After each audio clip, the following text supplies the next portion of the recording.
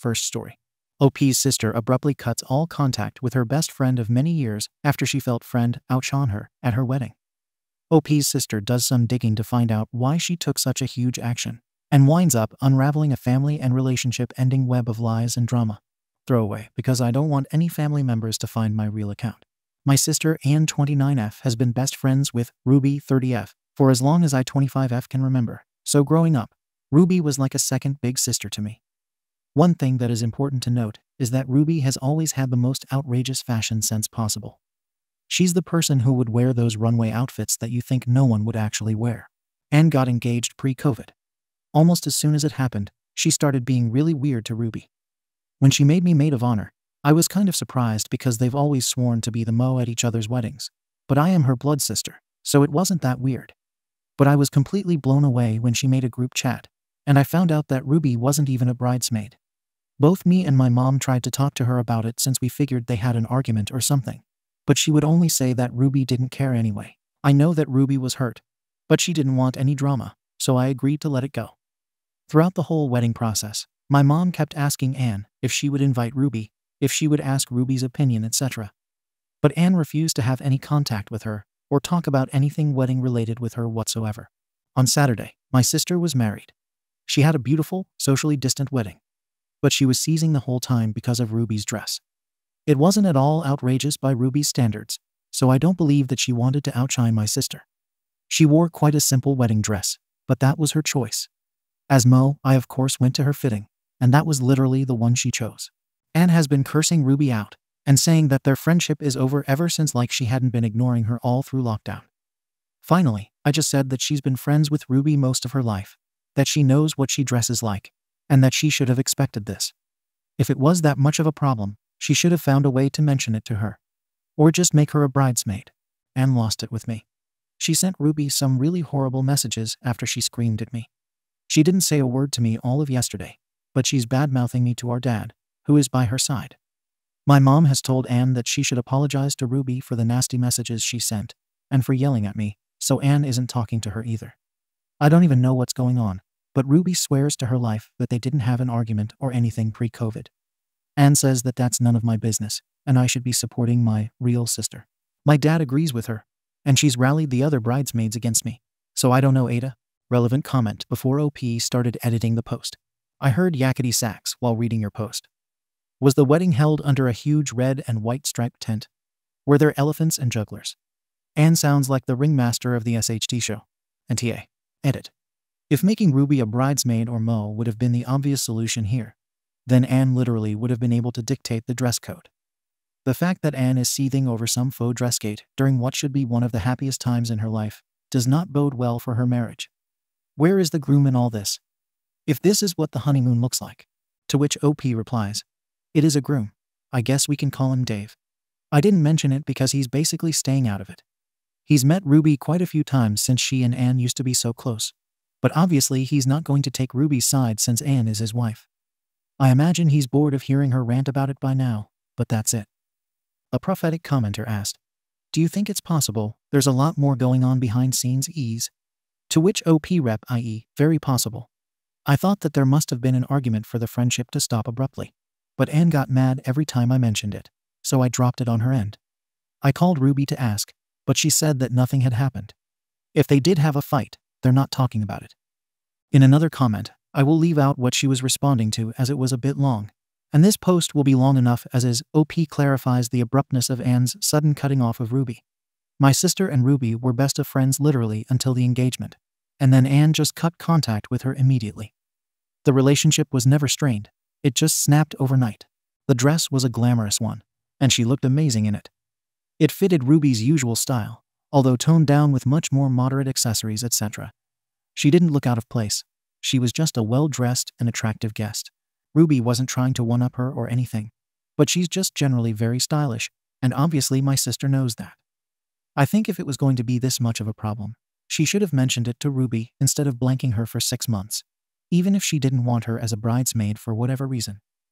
OP goes on to edit the first post, just to clear some things up. 1.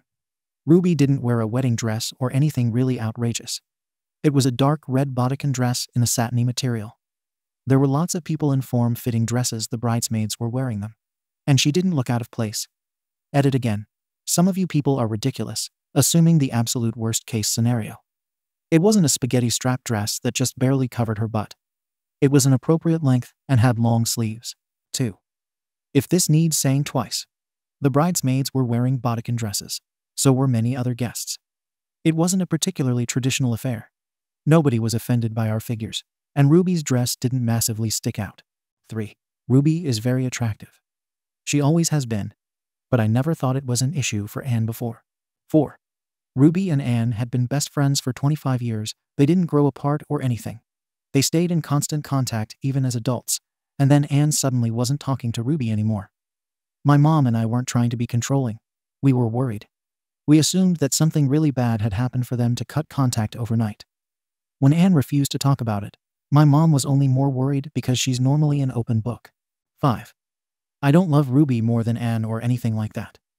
The only reason I'm so close to Ruby is because Anne used to be so close to her. They were basically inseparable, so I grew up tagging after both of them. Of course, I love Anne very much. I just think she's being unreasonable in this situation. 6. Ruby was always going to be at the actual wedding. The phrasing was bad on my part, sorry. When my mom suggested that Anne invite Ruby, it was for wedding prep things like dress, shopping, etc. 7. I don't know if Dave, the groom, has feelings for Ruby. I have never thought that. They've met many times, and there's never been any sign that he does. I definitely do not think it is an affair, because then surely my sister wouldn't want to marry Dave, and neither would want Ruby at the wedding at all. Ruby doesn't have a history of going after Anne's boyfriends or crushes. Update. Based on some of the advice I'm receiving, I was going to tell Anne this morning how much she means to me, and that I'm there for her, but she's seeing things again, so I'm not trying to. Dave asked me if I could talk to Anne, because they've also apparently had a massive fight, because he tried to defend Ruby on the wedding night. He asked me if I could explain where he misstepped and how to make it up to her. This is the first time he's ever asked me for help with their relationship, so he's clearly at a loss. I said I was just as confused, and we didn't even know why she wasn't in the bridal party, so he should just try and talk it out with Anne. This is when it gets weird. Dave said that the reason Ruby wasn't in either wedding party was because he wanted her as the best woman, and Anne wanted her as a maid of honor. But Anne wouldn't budge and said that they should just drop her from both parties to be fair. He said that she explained it to Ruby, and that's why they had a fight, because Ruby wanted to be included.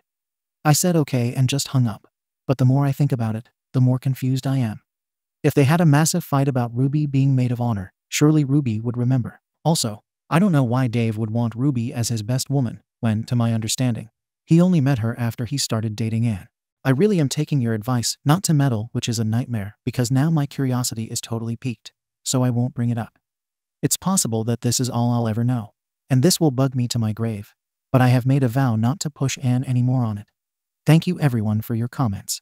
Thank you to all the NTA people for reassuring me that I'm not the one acting crazy. Thank you also for all the helpful AITA verdicts that helped me see how I could change my behavior in the future to be a more supportive sister. Update 2. I'm even more confused. Dave called me up about 30 minutes ago, asking me in a very angry tone of voice if any of his groomsmen behaved inappropriately towards me. I asked what, and he asked again. I could hear Anne in the background shouting something. I said that they had been perfect gentlemen at the wedding, and that I hadn't had any contact with them since. He then asked me if Ruby knew that she was meant to be the best woman. I said not to my understanding, but it was possible that I don't know, as both she and Anne had been quite secretive about what happened between them, and that he'd be better off asking them themselves. He laughed and hung up. Ruby has texted me, asking me what's happening, and if I knew about the best woman maid of honor thing. Just now, I got a message from one of the bridesmaids saying that if Dave calls me, I shouldn't answer him. Anne is on the phone with my dad screaming, it sounds like. I have no clue what's going on, but I think somewhere in this mess is the truth of what actually happened. Everything seems to be exploding. I now think that the bridesmaids, or at least that particular one, are involved, and if things keep happening at this pace, I think I should eventually find out what in the flying F is happening. Update 3. There has been a lot of shouting and crying today.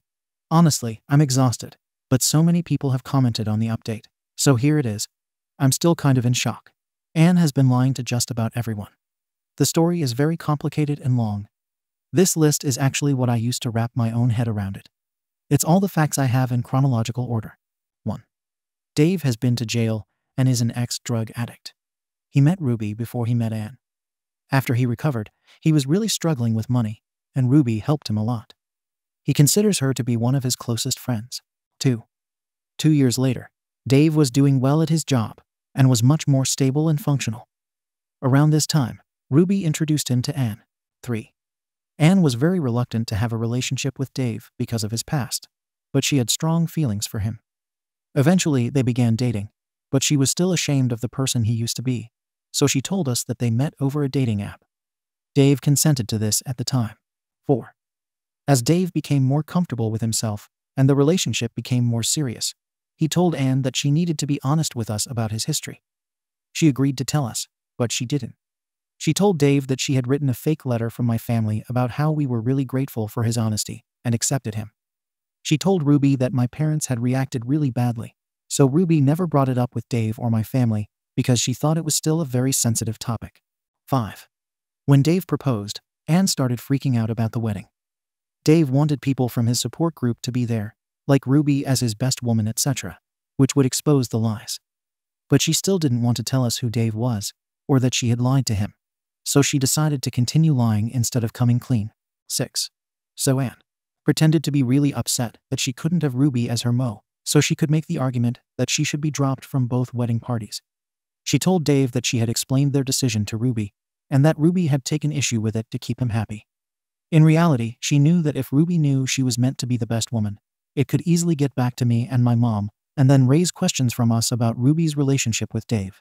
So she didn't tell Ruby anything at all, and that's why Ruby was so confused about what happened and couldn't think of anything. Told Dave and all of his friends from his support group that they shouldn't mention the addiction in speeches or even casual conversation because it was a sensitive subject for certain family members before the wedding. Told the bridesmaids so many lies about Ruby. She told them that she had a habit of causing scenes, that she was going to try and sleep with the groomsmen, that one of them was an ex-boyfriend of hers who dumped her, and that she would get way too drunk. Essentially, she painted Ruby as a disaster waiting to happen so the bridesmaids wouldn't like her, and also so that they could keep her away from certain people, specifically the ones that also knew Dave at the wedding. And also told the bridesmaids that the only reason Ruby was invited was because I idolized her, so they wouldn't repeat any of the lies she told me. 1. After the wedding, Anne put on her enormous meltdown about the dress. The bridesmaids obviously didn't have a very positive opinion of Ruby, so it was easy to convince them that it was meant as a genuine slight. My dad did what Anne apparently expected everyone to do by caving immediately because she was the bride. If me and my mom had done the same, Anne would basically have used it as an excuse to cut Ruby out of everyone's life. 2. She tried to do the same thing with Dave's groomsmen by insisting to him that they had said inappropriate things about the bridesmaids. The idea was to basically remove anybody who knew the truth about Dave from the general social circle so it wouldn't come up again. 3. Dave smelled a rat. He asked what exactly the issue was with Ruby's dress and what exactly his friends had said. Anne panicked and accused him of not loving her, choosing his friends over her, etc., and it turned into a massive argument. Dave was mad and very suspicious, so he started calling people up, trying to figure out what happened.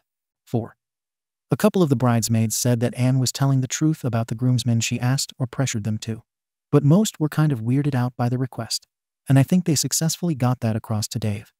He called me to ask if I knew what was going on. Anne told Dave that I was just like him, caring about Ruby more than her, and also that I wasn't there when it happened. But the timing of the story didn't match up, so Dave called me anyway. That was a weird phone call. 5. At this point, he knew she was spouting BS, so he asked her up front what was going on. She broke down and told Dave everything. 6. He was fuming. He texted us all to let us know about his past, and then basically kicked Anne out. She came to us, where she then had to explain everything again. Anne is absolutely shaken. I never considered her capable of this kind of deception and manipulation, and I don't think she has ever done something like this before. Contrary to what some commenters seem to believe, I don't hate my sister. I feel sorry for her even though I'm really hurt by what she did, because she feels so guilty and absolutely miserable, because she's worried that things will never be worked out with Dave. She's gone to bed now, very upset because our mom won't even look at her. She's fuming that Anne would deceive and hurt others, and with so many other people like this, I do understand where she's coming from. My dad is also very shocked and hurt, and texted Ruby. She sent her a message explaining and apologizing, but obviously Ruby is really angry and upset. She just told her that she couldn't speak to her right now. But maybe she'd call her in the morning once they'd both had a chance to calm down. Dave is probably the most hurt out of everyone, and I understand why. He wouldn't speak to Anne, but he did tell me that he really thought that he had our acceptance, and that the letter she had written to him had been his most treasured possession ever since he received it, and to find out that it was false was absolutely crushing. I told him that we did accept him for who he was, and that nobody blamed him, but I don't think it helped much. He has asked for distance from our family, and I understand why. I'm not sure when he'll be willing to speak to Anne again, or if he wants to be her husband after this. I wouldn't blame him if he went on to find someone else. Thanks, Reddit. It turned out everyone was way off base, although I don't think anyone could have predicted this. But a lot of the comments were very insightful and gave me food for thought, despite everyone kind of looking in the wrong direction. Except for the weirdos about the dress. You know who you are. A few days after this enormous update in the OP posts an additional update. The past 2 weeks have been very stressful. Anne and my mom have been fighting and crying for most of it. We learned that this deception of Anne's was not out of the blue. She has had this obsession with her image for a very long time. She confessed to a lot of stuff from secondary school and her job. Some of it was worrying, and some of it was really scary and manipulative. I feel so distant from the person she has become. There's tension between us that I'm not sure will ever go away, even though it really hurts because she's my sister. Once my dad heard some of the revelations, he decided that Anne should go to a therapist. Anne really struggled against the decision, which led to a massive fight between her and my dad. I've never seen my dad so angry, and neither has she, which is probably why she eventually agreed. The therapist is supposed to help Anne process her emotions after everything that has happened, and hopefully get to the root of her problem. A lot of the comments suggested that our family wasn't healthy in the way we interact with each other. I'm conflicted on this because, on one hand, me and my mom were right that something was very wrong, but that doesn't mean that we didn't behave badly, if that makes sense. So I suggested family therapy. My parents are looking into it. Hopefully we can learn a bit more about boundaries and each other and eventually move on from this. Anne has been talking a lot to Ruby. From the sounds of it, Ruby is still very upset, but I have been taking the advice not to meddle so much in their relationship, and I am leaving them to it. Me and Ruby still speak a lot, but not about Anne. Dave sent a message 2 days ago that, I think, has sadly resolved this very terrible situation. After learning that this is part of a pattern of behavior, he doesn't think that he wants to be in a marriage with Anne at all, as he feels that she hasn't only hurt him deeply, but deceived him about the type of person she is. I know from Ruby that he is also seeking therapy and has confided in friends about what happened, so he has a strong support system around him. I'm not getting involved with him other than that, as I think he deserves distance from my family after everything. But knowing he's okay does make me feel a little better. Anne has taken this news badly. When she first got the message, I think she had a panic attack. She was breathing really quickly and shaking and crying. She knows that Dave learned about her past from Ruby and is absolutely furious with Ruby for telling him. She is just as preoccupied with the thought of being someone divorced as she is with the fact that Dave is leaving her. I really hope that the therapist helps her better, and although I'm not taking it as hard as Mom, I do feel guilty for not noticing this sooner because she's just not well. After this update, the only thing the OP posted was this comment a year later in the AmITheAsshole Best of 2020 Results thread when inquiring minds asked for another update. Hello. Thank you for asking so politely. I might update at some point, but at the moment I'm trying to get some distance from Anne and not really thinking about it right now because I'm finding it so exhausting. Honestly, right now it's not really a story or anything like that. I feel like it wouldn't even be interesting for people to read either. When it actually feels like we're getting somewhere, maybe I'll write a post for those who are still interested in or invested in the story. Edit. Smiley Riley 1998 pointed out that OP commented on her separate update post, going into more detail about Anne's lies in the past that were uncovered. I don't know exactly what made him decide. Maybe all of it was put together, but there was a lot we found out that Ruby could have told him. I cut it out of the original text because of the word count, and selected friends based on who she should be friends with. She falsified interest to get close to the right people, which wasn't too unsettling because I feel like a lot of people do that, to a certain extent. But she also created rumors to remove different people from friendship groups and regularly caused trouble in her own in a way that it wasn't likely to be traced back to her to make her seem like the best friend and get rid of certain people. Some of the factors she considered were things like weight, interests, their significant others, and sometimes just the size of the group. If she felt her circle was too big, someone had to be cut. She performed deliberately badly on tests to fit her image, e.g. her image is that she is not good at chemistry. So she had to deliberately answer some of the chemistry questions wrong so she wouldn't get a C. And made life deliberately difficult for teachers that she felt she wouldn't have if everything was right. Sorry, this is quite a difficult concept to explain. But basically, a lot of the things she does are to make things right, like in an ideal world. So if a teacher didn't fit well into the world, she would deliberately incite other students to make their lives worse, etc. Always while looking like she was a good student, of course. She also disliked teachers who she felt had an image of her that didn't match up with her own. At least 2 of these teachers I know left, and 1 was even fired. She's also made the lives of people at her work terrible and caused many of them to leave over the years. She spread rumors about them and gave them incorrect instructions to make them look incompetent and embarrass them. She would do tiny annoying things like take their supplies, sometimes even replacing them with different ones, just to mess with their heads. Large parts of Anne's lies have become her personality. We think that she feels genuinely emotionally affected by things she insisted people did to her that we now know were lies. Even though they didn't happen, she seems to feel actually hurt by them. Interests she made up that she ended up taking to the extreme are still hobbies today. She's based major life decisions on what's right and her lies. There are a lot of tiny individual stories that she told us, or that we are beginning to piece together. But that's kind of the gist of what we know. Second story hash. A man wants to kick his sister out for talking to his 14-year-old daughter about how great her job is.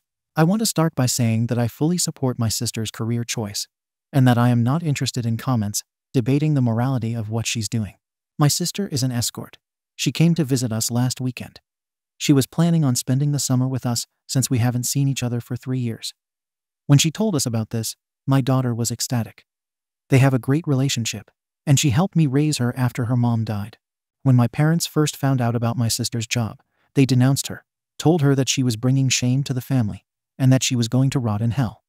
I tried convincing them to change their minds, and that treating my sister that way isn't going to do anything good, but they told me that it's none of my business, and that I should stop defending her. My sister became depressed because of that, and she stopped working. When she couldn't afford rent, I brought her to my house. I told her that she was my baby sister, and that I would always be by her side and take care of her no matter what. She started getting better week by week, and after a few months, she got back to her former happy self. Back to the present day. Last Friday, when I got back home from work, I heard them talking in my daughter's bedroom. My daughter was asking her aunt about her job. She started telling her about how much fun it is, that she gets to visit many new places and meet new people, and how she gets to decide when she wants to work, which allows her to take breaks whenever she wants, so she gets to visit and spend all summer with us. My daughter told her that her job is so cool, and that she's looking forward to spending time with her and all the fun activities they will get to do in the summer. Next morning, I told my sister that I overheard them, and that I didn't appreciate the way she explained her work, making it seem all fun with no downside. She told me that my daughter wasn't old enough to hear about the dangerous stuff. I told her that she doesn't get to decide that, and since she felt that my daughter was old enough to tell her about her job, she is definitely old enough to hear about the downsides. When my sister was living with us, I had to always be on alert. Many times, she called me to get her out of uncomfortable and dangerous situations. I had to wake my neighbor in the middle of the night multiple times to watch my daughter while I went to get her. And to this day, she still sends me her location whenever she is meeting someone so that I can alert the police in case she doesn't text me afterwards. I told her that she needs to leave by the end of the week if she doesn't want to explain the risks of her job in age-appropriate terms to my daughter. She told me I was cruel for doing this because I knew how much they loved each other and how much she was looking forward to spending time with us. Update. I spoke with my sister in the early morning while my daughter was still asleep. I explained to her how important it is to me that she talks to my daughter about the risks of her job because she would actually listen to her aunt more than me, especially now when she has reached the stage of "Dad isn't cool anymore," and "You are wrong" to whatever I say to her. And I reminded her how much I want us to spend the summer together. I told her that I am not young anymore, and that it's unlikely that I will be there for my daughter when she grows up the same way I was for her. So I need to know if I could count on her. I reminded her that she isn't obligated to share details with her, and just mentioned the bad side: generally unfamiliar locations, stranger men, increased risk of RPE or bodily harm, STDs, drug use, etc. And then we can both answer any questions she might have together if she isn't comfortable answering them alone. She apologized, saying that she was selfish, and admitted she should have thought about me and my daughter first instead of refusing, because she thought my daughter wasn't old enough to hear about the bad side. She also promised she'd talk to my daughter about this over breakfast. I overheard the whole conversation, and I thought my daughter was very receptive to her aunt. My sister was reluctant at first, but after seeing her niece's engagement, they ended up talking for over an hour, sharing her good and bad experiences and some funny stories. She even told her about how I stood up for her against our parents after their reaction, and the many times I came to her rescue. I told my sister afterwards how much I appreciated what she did for me and her niece, and she assured me that she would always be there for me, and that she'd always take care of her niece like I did with her. In the afternoon, while I was working in the garage, my daughter came to me and hugged me, saying that she loved me. I was fighting tears, and I failed because it was the first time in over a year that she hugged me. And I think it was the first time since primary school that she said, "I love you" to me. I still told her I love her every day, but she didn't say it back. And even though I understand it's normal for some teenagers, it was actually heartbreaking for me each time she didn't say it back. She watched me work for a few minutes and left without saying anything. I want to thank you all for your comments and advice. To the people who told me that I must insist on my sister talking to her and not accept her refusal, and also to the people who informed me about the risks of trafficking. While I am glad that wasn't the case, I appreciate it because it made me take this much more seriously. And also to all the other valuable comments and tips. I am honestly just relieved after a long week of stress. And this made me realize again how lucky I am to have both of them in my life. Thank you for watching the video. If you are interested in listening to these kinds of stories, we've got more in store for you. Simply subscribe to our channel, hit the like button, and share it with your friends.